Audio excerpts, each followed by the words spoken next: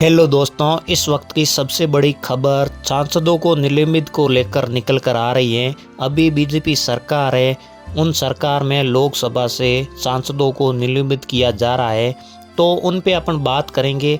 बात की जाए 1999 में राजीव गांधी की सरकार के समय एक साथ 63 लोकसभा के सांसद निलंबित किए गए थे। निलंबित के बाद राजनीति में बड़ा बदलाव हुआ। 34 साल बाद ये दूसरी कार्रवाई की गई है। संसद के शीतकालीन सत्र के दौरान विपक्ष में सांसदों को निलंबित का सिलसिला जारी है। मंगलवार को एक बार फिर 49 लोकसभा सांसद को सत्र निलंबित कर दिया गया। इस सत्र में अब तक के 141 सांसद निलंबित हो चुके हैं। इनमें से 95 लोकसभा और 46 राज्यसभा के सांसद हैं। भारत के संसदीय इतिहास में ये अब तक की सबसे बड़ी कार्रवाई मानी जा रही है। 7 दशकों में इस तरह की सबसे बड़ी कार्रवाई 1999 में हुई थी। हालांकि उस वक्त भी निलंबित किए गए सांसदों की कुल संख्या मौजूद संख्या में से आधी थी। 1999 में संसद की कार्रवाई के दौरान क्यों बड़ी संख्या में सांसदों को निलंबित किया गया, उस दौर में सरकार के पास कितना संख्या बल था, विपक्ष की किन सांसदों को निलंबित का सामना करना पड़ा था, विपक्ष के सांसदों पर कार्रवाई के बाद विपक्ष ने क्या कदम उठाया, सांसदों पर कार्रवाई के बाद हुए लोकसभा चुनाव में नतीजे कैसे रहे, 34 साल पहले हुई कार्रवाई आज चर्चा है।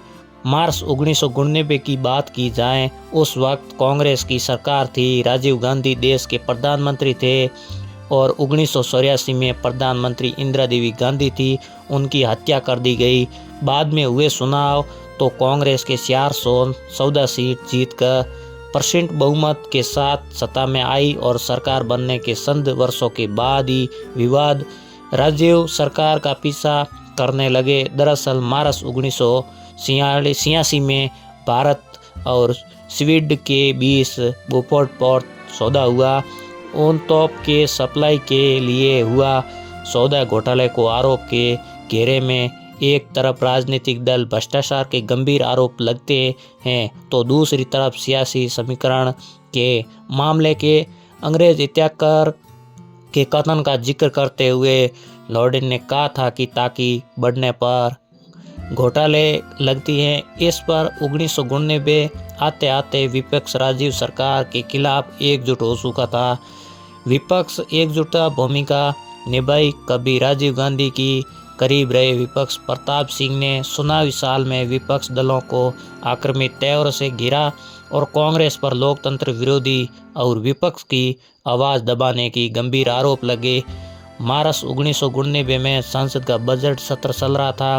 राजीव गांधी के नेतृत्व में होने वाले कांग्रेस शासन के दौरान इंदिरा गांधी हत्याकांड की जांच के लिए जस्टिस आयोग का गठन किया गया था। जांच के बाद 15 मार्च 1999 में जस्टिस MP ठाकुर के नेतृत्व वाले जांच के आयोग की रिपोर्ट पेश किए जाने दौरान लोकसभा में जबरदस्त हंगामा हुआ।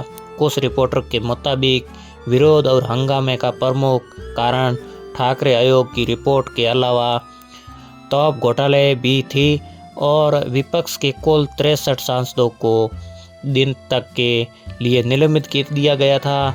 संसदीय कार्रवाई मंत्री एजुकुल भगत सिंह ने सांसदों के निलंबित का प्रस्ताव पेश किया। विपक्ष दल और बात की जाए जनता पार्टी और मूल कंप्यूटर एवं सहित अन्य दलों को कुल 63 सांसदों को निलंबित हुआ।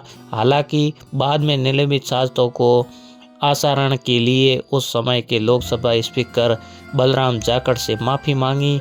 इसके बाद लोकसभा अध्यक्ष ने एक दिन बाद सांसदों को निलंबित रद्द कर दिया गया।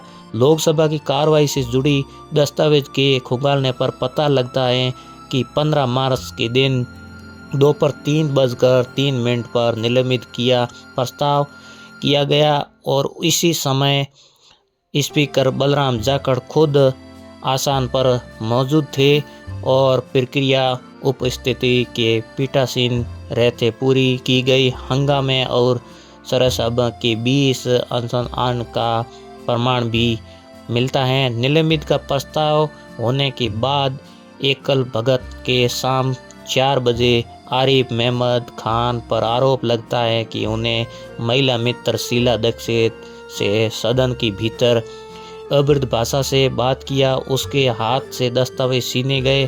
पूरे सदन ने इस बर्ताव की निंदा की।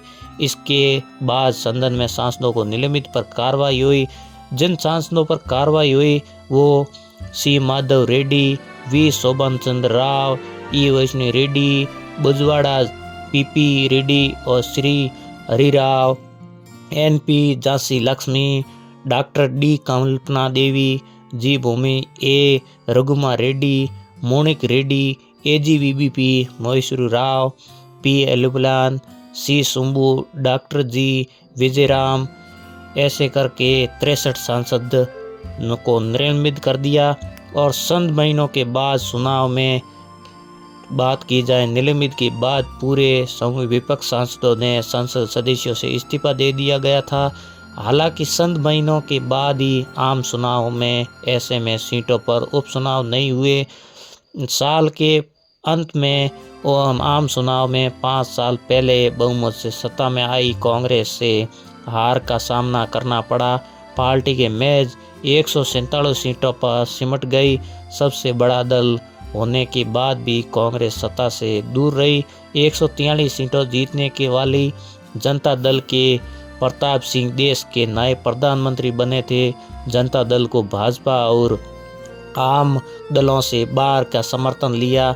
और आज की बात की जाए तो लोकसभा से कुल मिलाकर इन सांसदों को निलंबित किया गया।